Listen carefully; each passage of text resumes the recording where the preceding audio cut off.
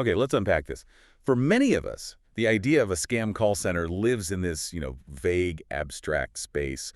It's just noise on the internet, maybe a cautionary tale you hear about. It feels distant. Right. It's something that happens to other people somewhere else. Exactly. Hmm. But what happens when those whispers, those rumors, suddenly solidify into something concrete, something horrifyingly real, and something so extensive that it feels like it's ripping apart the social fabric of an entire nation? Well, that's the exact ugly reality we're dissecting today. We are jumping into a recent investigation that exposed a massive, and I mean truly massive, sophisticated financial fraud operation, and it was being run directly out of Tbilisi, Georgia. And we need to be clear, this was not some small back alley operation. Oh, not at all. This was a highly organized, multi-million-dollar enterprise, and it was built not just on theft, but on the stunning emotional cruelty and, frankly, the arrogance of its young employees.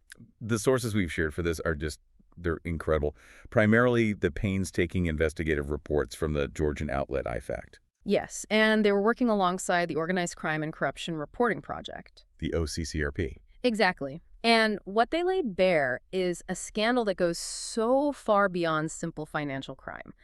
Our mission here in this deep dive is to go beyond the headlines and really dissect what stunned and enraged the Georgian public. Right. So we need to analyze the immense financial scale, of course. Yeah.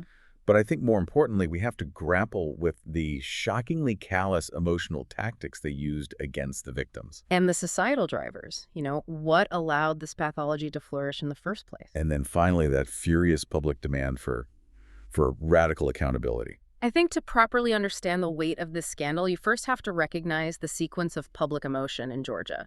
It really was a three-stage emotional trajectory that mirrored how severe the findings were. Okay, so what was the first stage? Initially, there was just this profound, almost paralyzing shock. Just shock as the sheer scale of the operation was revealed. I can imagine. But that shock, it quickly curdled into something else. Intense embarrassment. Embarrassment. Yeah, the realization that Georgians were inflicting this kind of cruelty, that they were sullying their own country's reputation on a global stage. And after embarrassment. That's when the anger hit, a white-hot anger. And it was directed simultaneously at the perpetrators and at the state mechanisms that clearly failed to detect or, disrupt such a sprawling criminal enterprise. So that anger, that's what's defining the current demand for justice. Completely. It's the engine behind everything that's happening now. So let's start with the fundamental mechanism, because in a lot of ways, this was a classic boiler room operation, right? Yay. But it was adapted for the digital age, and it leveraged Georgia's, I guess, unique position as a hub for educated multilingual labor. That's perfect summary. At its core, this was a binary options and investment fraud. You had these incredibly smooth-talking fraudsters, often highly educated young people, cold-calling thousands of unsuspecting victims. Mostly in the West, it seems. Primarily in the West, yes. They were targeting places like Canada and various European nations, and the goal was simple. Convince them to invest their life savings in what they claimed were these high-return opportunities. Which were, of course, completely non-existent. We're talking fake futures, gold, cryptocurrency trading schemes. All of it fake. And the key here, the really crucial part, is the sophistication of the facade they built. Right, because the term boiler room, it traditionally makes you picture some cramped, sweaty room full of landlines. But this was a modern digital operation. How did they achieve that? That air of professionalism and sophistication they needed to steal millions. They used cutting-edge tech to create a complete illusion of legitimacy. We're talking about voice-over internet protocol systems, VoIP, that completely masked their physical location in Tbilisi. So the calls looked like they were coming from a local number for the victim. Exactly. Makes it instantly more trustworthy. And, crucially, they use sophisticated customer relationship management software, CRM software, to track all their potential victims. They called them leads. And they were profiling them. Surgically. Profiling them based on age, perceived wealth, and most importantly, vulnerability. They weren't just guessing who to call, they were selecting their targets with precision. And the most important piece of the puzzle, I imagine, was the fake trading platform. Oh, absolutely essential. Because you're right, The victim isn't just sending money into a black hole, they're logging into this slick, professional-looking website where they can actually see their investment growing. Which creates a false sense of security. And it encourages them to deposit more. It's a psychological masterpiece of fraud. So they create this illusion of early, easy success. Precisely. The victim puts in a small initial investment and boom, they see it double or triple instantly on this fake platform. That's the hook. And once the hook is in, The scammers, who are armed with these detailed psychologically manipulative scripts, then apply immense pressure. They create urgency, exclusivity, anything to get the victim to liquidate their real assets. Retirement accounts, mortgages, life insurance policies, all to cash in on this once-in-a-lifetime opportunity. but the opportunity doesn't exist. It never did. The money is immediately siphoned off through these complex money laundering networks, probably involving crypto or shell companies. It just vanishes.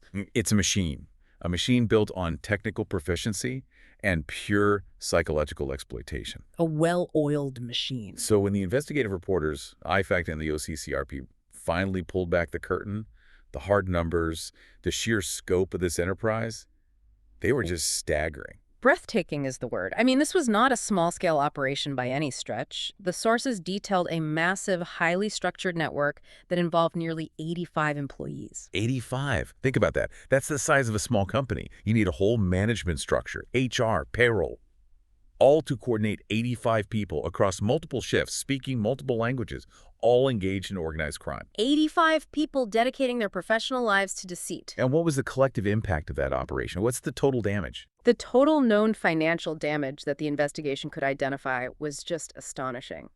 Since May of 2022, so in a relatively short period, the call center had siphoned more than $35.3 million. $35 million. That's over $1 million a month, every single month. Yes. And this financial devastation, it impacted over 6,100 victims who believed they were making legitimate investments for their future. So we're talking about the complete destruction of thousands of retirements, of life plans, of people's dreams. The sophistication of the operation is measured not just in the technology, but in the sheer volume of ruin they were able to manufacture. It's horrifying. And this is where the conversation has to shift. It has to go from being a crime statistic to a profound social analysis. We have to contrast that $35 million in illegal revenue with the economic reality faced by the employees themselves.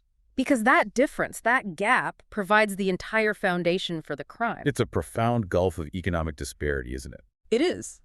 The sources highlight that the average monthly income for a professional in Georgia is roughly $750. $750 a month. And Yeah. that figure, that represents the legitimate economic opportunity ceiling for a lot of highly capable, educated young people in the country. That's their legitimate horizon. But the reward for working in Yeah. this sophisticated mechanism of financial destruction, the salaries for the high-performing staffers in that call center, was astronomical by Georgian standards. Absolutely astronomical. The reports revealed that the top-tier employees, the best scammers, were making even over $20,000 some months. $20,000. $20,000. So let's just put those two figures side by side. $750 is your expected legitimate earning potential. $20,000 is the criminal shortcut. That's not just a raise. That's a complete instantaneous change in social class, in status, in your entire life. That's almost 30 times the average salary. It's a different reality. And that kind of financial gravity, it's incredibly difficult for any young person who's struggling to establish themselves to resist. If you're educated, you're fluent in English, maybe another European language, and the legitimate market only offers you $750. Then a stable job offering $20,000 becomes an existential temptation, doesn't it? Regardless of the ethical cost. It creates this powerful magnetic pull toward criminality. It does, and we have to contextualize this. These individuals are often college-educated, they're highly intelligent, they possess the language skills required for international business. These are skills that should command a high salary on the legitimate market. But they don't. They don't. And when their society fails to provide that legitimate opportunity, the illicit market steps in with an overwhelmingly attractive alternative. It's an economic failure disguised as criminal efficiency.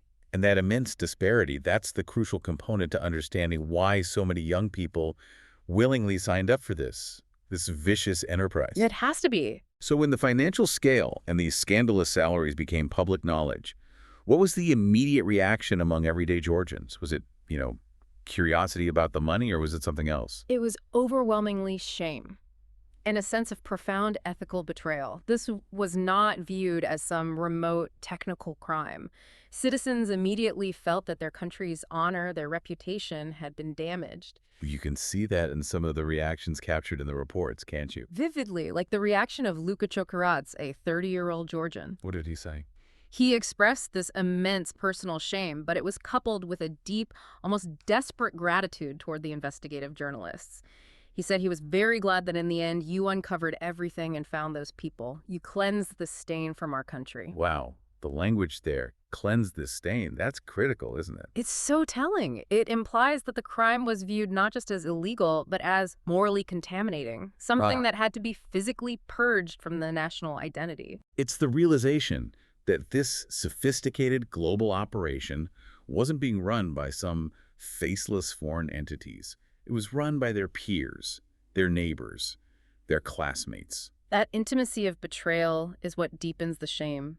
It forces an internal reckoning about the ethical standards within the society itself. So the fact that the perpetrators were not just operating in Georgia, but were Georgians, inflicting this financial devastation on innocent people all over the world, that's what turned the scandal into a crisis of national conscience. That's exactly right. The shock over the stolen millions was almost immediately overshadowed by the shame of who was doing the stealing. Okay, so we've established the shocking financial scale, $35 million.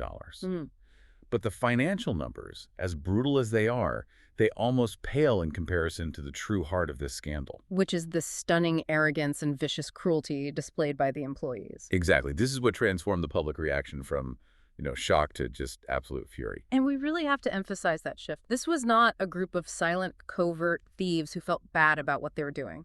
Not at all. The sources revealed that these employees weren't just stealing, they were actively mocking their targets. They were enjoying their suffering. They were openly bragging about their exploits in private and, unbelievably, in recorded conversations. And that level of emotional detachment, that active sadism, that's what catalyzed the national outrage. It's one thing to steal, it's another to revel in the destruction you cause.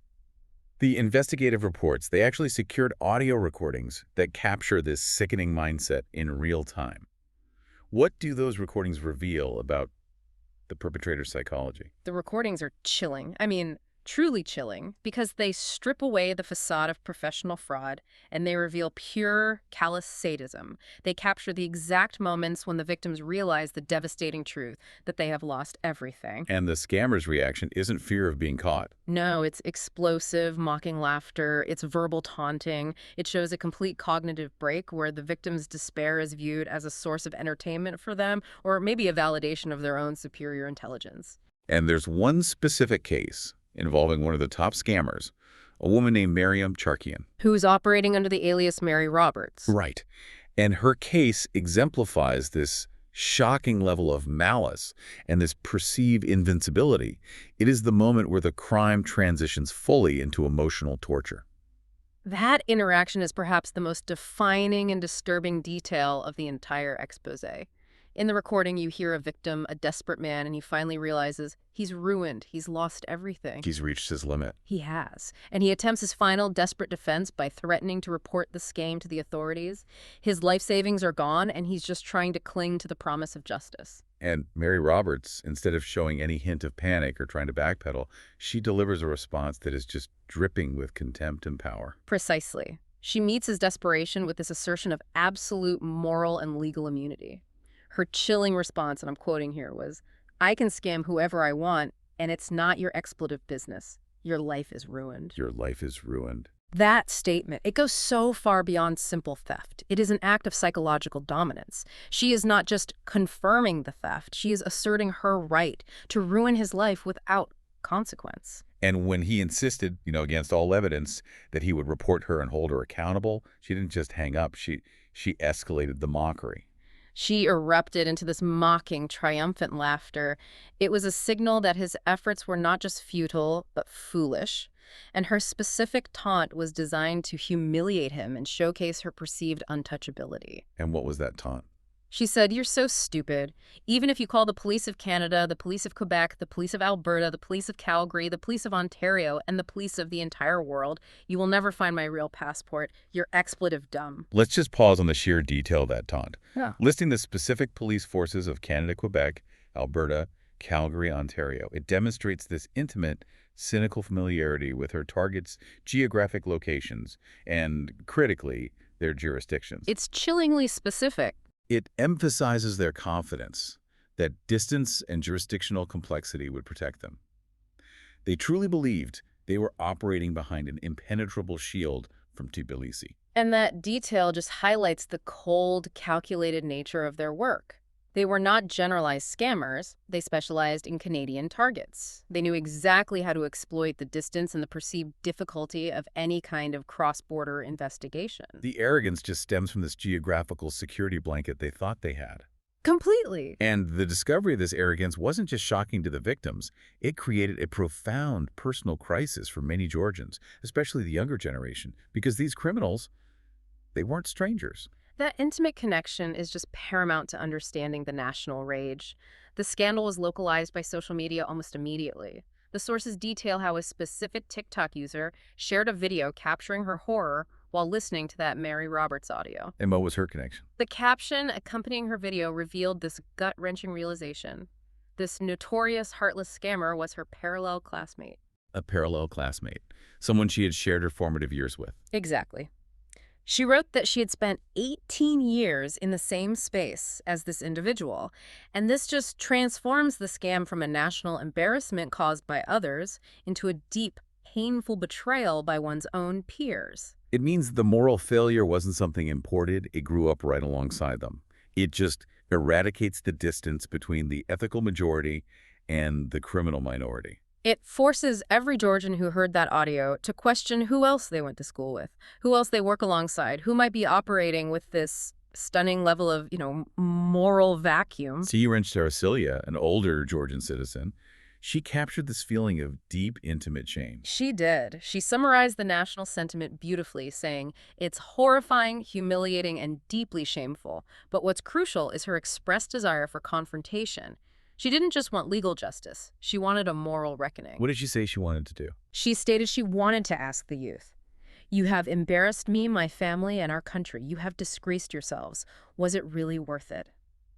This suggests that the cost was viewed as purely moral, far outweighing any brief financial gain. And yet, as disturbing as Mary Roberts' taunting was, the investigation revealed an even darker, more morally catastrophic element of the operation. It's hard to imagine something worse, but there was. We have to discuss the instances where employees crossed the line from being a financial predator to something far worse. They were encouraging desperate victims to take their own lives. That detail absolutely elevates the crime into an entirely different realm, a realm of potential violence and murder. The sources confirmed that when victims, realizing their financial destruction was absolute, when they expressed suicidal thoughts or deep despair, the scammers, instead of backing down, actively encouraged them to die. That is the moment the moral line isn't just crossed, it's obliterated. How did one Georgian citizen articulate the severity of this? Ketavan Labads, a 33-year-old Georgian, she provided the most powerful analysis of this specific cruelty. She noted, "The scale of their cruelty is astonishing, telling someone, 'Go kill yourself.' That makes them, in a way, potential murderers. This isn't just theft." That analysis, that they are potential murderers, is essential for our deep dive. It frames their actions not merely as theft facilitated by words, but as weaponized psychological abuse aimed at triggering a lethal outcome. They were consciously using the despair they created to inflict maximal ultimate damage. It reveals a level of moral atrophy that the public just found impossible to reconcile. It wasn't an impulse. It was calculated cruelty. They understood the finality of their actions. They knew the life or death consequences of ruining a person's finances, and they chose to exploit that vulnerability by suggesting that self-destruction was the only remaining option. This shocking detail is what truly solidified public outrage into a demand for severe, uncompromising punishment. It proves that the $20,000 monthly salary didn't just purchase a new lifestyle. It purchased a complete and utter moral detachment from the sanctity of human life. The public was left grappling with the question of how their peers, their classmates, could sink to such depths. And what made this whole scenario even more toxic, even Yeah. more corrosive to the social contract, was that these perpetrators were not quiet or discreet about their illicit gains. Not at all. The fact that the life savings stolen from thousands of victims were being spent on these lavish public displays of materialism that just deepened the sense of outrage and focused public anger on the economic inequality that was fueling the crime. The sources repeatedly emphasized that they were not shy about showing off their wealth. This brazenness, it turned the financial crime into a public spectacle. It created a subculture of aspirational criminality right there in Tbilisi. Right in front of everyone. And what was the most stunning, the most symbolic example of this flaunted wealth? Without a doubt, the detail that shocked Georgians the most was the wedding. It was a statement of status so extravagant and so brazenly disconnected from ethical acquisition that it became a potent symbol of the entire scandal. What happened? Georgians discovered that one of the scammers, using money stolen from vulnerable victims, had made her entrance to her own wedding by flying in on a helicopter. A helicopter. A helicopter. And then she publicly posted pictures of this moment of excessive luxury all over social media for everyone to see. A helicopter entrance. That is the ultimate symbol of new money, entirely divorced from the traditional norms of Georgian society. It's an aggressive display. It's saying, I have arrived and I don't care how I got here. It's pure defiance. And this public defiance, paid for by the ruin of others, it must have been immensely infuriating for the average person. It was perceived as a slap in the face, not just to the victims, but to every single Georgian earning an honest $750 a month. And this wasn't an isolated event. The source material notes that others involved in the scheme frequently documented and flaunted their luxury vacations, their extravagant shopping sprees, their high-end lifestyles on various social media platforms. So they were effectively advertising the success of their criminal enterprise. They were showcasing the benefits of choosing the $20,000 path over the $750 path. Which is incredibly dangerous. This outward projection of wealth forces us to link the individual greed back to the systemic issue.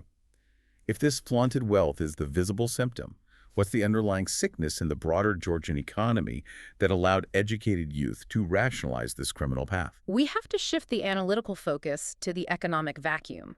The high salaries and the audacious spending, they became symbols of a deeper structural failure. Luka Chekaradze, who we heard from earlier, provided a key insight. He argued that young people are tempted by high salaries because the crucial economic link is broken. What did he say exactly? He stated it clearly. There are no opportunities in the country for someone to get an education, learn a foreign language, and then go on to find a decent and suitable job. So the issue isn't a lack of talent or education.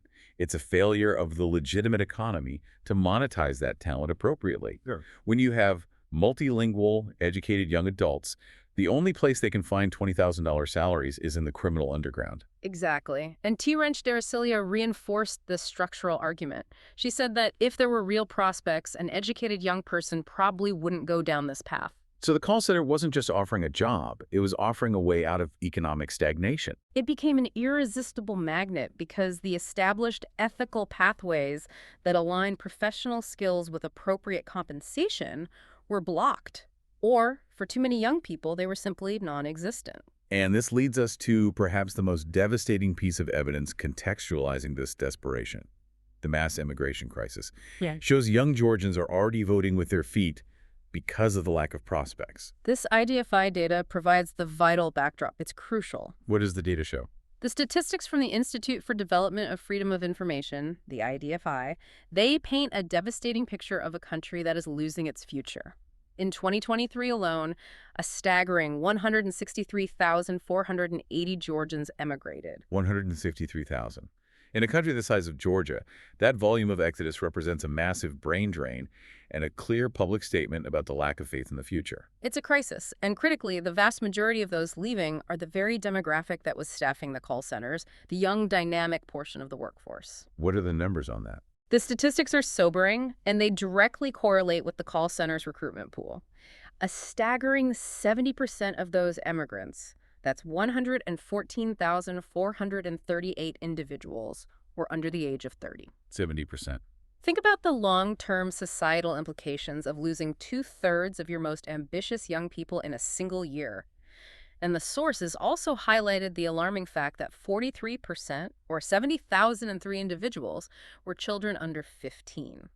They're being taken abroad by parents who are seeking any kind of stability and opportunity they can find. This mass exodus creates a chain reaction, doesn't it? It reduces the internal competitiveness for legitimate high-paying jobs, which further stagnates the local economy. And at the same time, it removes a significant portion of the population that might otherwise engage in political or social reform. And that vacuum makes the criminal path for those who stay behind, the $20,000 option, even more magnetically attractive. It's a vicious cycle. It is. The call center scandal provided the ugly proof of what happens when the legitimate economy hemorrhages its youth. The dark economy steps in. You have the talented individuals who leave for ethical opportunities abroad, and then you have those who stay and choose the criminal shortcut because the legitimate path is financially crippling. And we have to integrate the political context that was swirling around Georgia when this expose hit. The sources note that this explosion of shame and anger occurred during a period of mounting political unrest. That political instability adds layers of complexity and urgency to the public's demands. At the time of the revelation, Georgia was already dealing with intense public friction. There were significant protests over allegations of election fraud and widespread frustration over the government's perceived delay and obfuscation regarding its long-term goal of joining the European Union. So the public was already questioning the government's integrity and its direction. Then, this massive, deeply embarrassing criminal operation, which symbolizes internal corruption and moral failure, is revealed to have been operating right under the noses of state security. It creates a perfect storm of instability and mistrust. The political leadership was already fighting accusations of lacking transparency and stalling Western integration. The call center scandal provided physical, horrifying evidence that the country was not only struggling politically and economically, but was also failing to police organized crime that actively damaged its international standing. It transformed the political debate into a moral crisis. It really did. Given the intense public shock and the clarity of the evidence provided by the investigative reporters, the government was forced into immediate and visible action.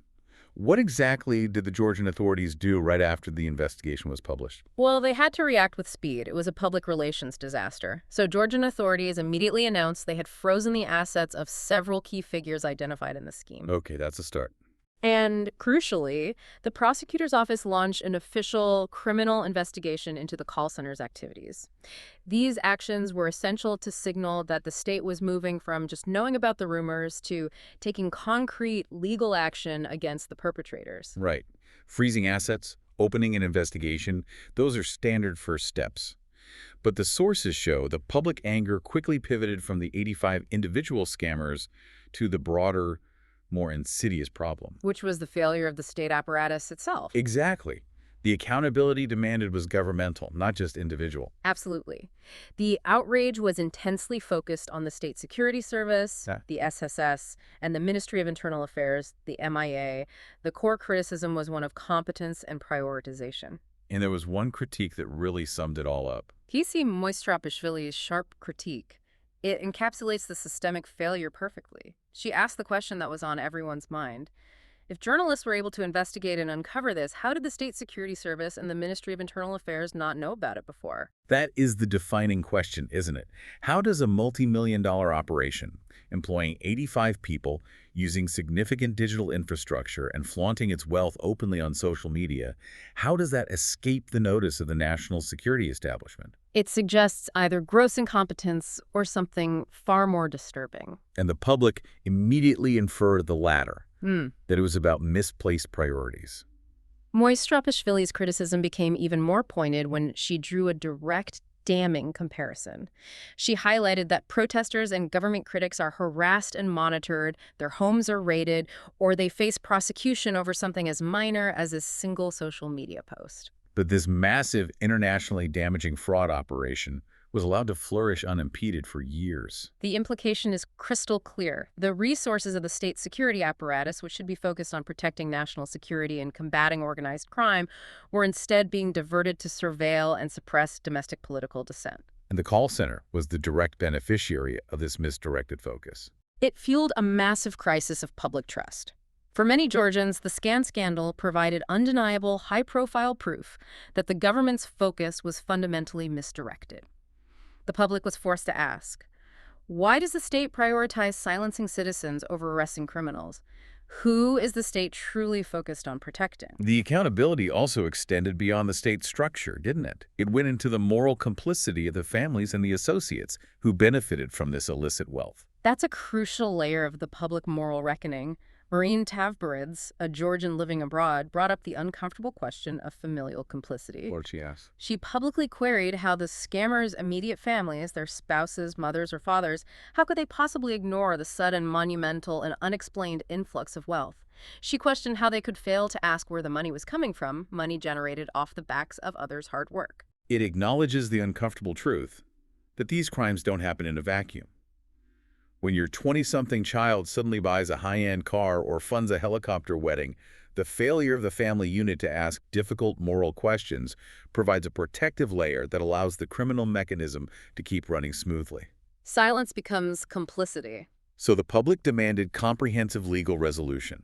Freezing assets was just the bare minimum. The overwhelming public sentiment, articulated repeatedly by citizens across the country, was that they needed to see arrests, trials, and convictions. They needed justice to be served, not just to appease the international victims, but to restore the country's damaged sense of national integrity and ethical standards. And ultimately, the demand for resolution was focused on the profound moral failure of the younger generation involved. Yes. T. Wrench Dersalia's desire to confront the youth and ask, was it really worth it? That perfectly encapsulates the demand for moral closure. The goal was to force these young people to understand the profound systemic shame they had inflicted upon their country in exchange for a short-term, flashy financial gain. The crisis demanded a resolution that was not just legal and financial, but deeply ethical and reputational, proving that crime does not pay in the long run. So, to synthesize what we've really dissected in this deep dive, we are left confronting a national tragedy that's defined by two inseparable, horrifying faces. Okay, what's the first one? On one side, you have the undeniable individual moral collapse and cruelty, the sickening mockery, the heartless taunting, and the sheer sadism involved in encouraging desperate victims to take their own lives. This individual cruelty provided the undeniable catalyst for the immediate public outrage. And on the other side, we see the deeper, more systemic tragedy.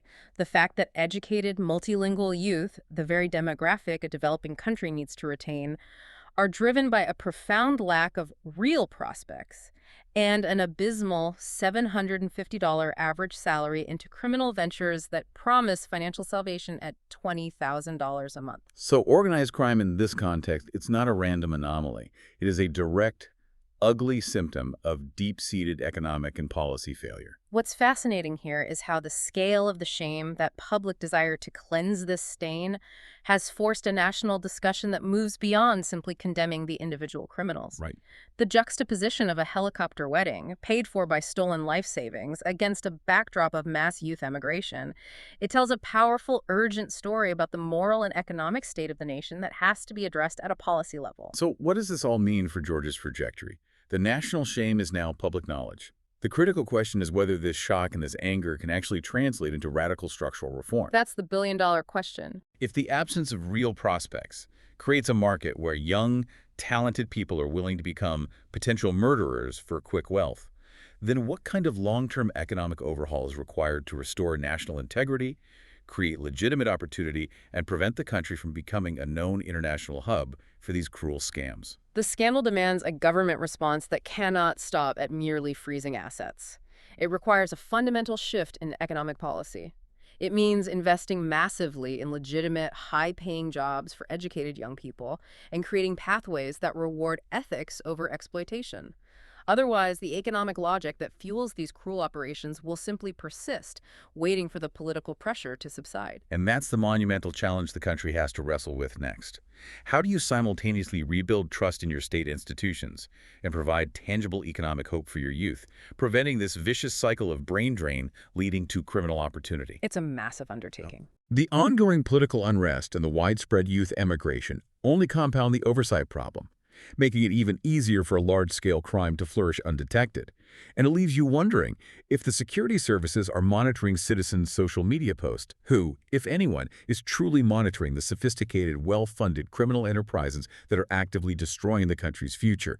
That's something for you to consider long after this deep dive ends.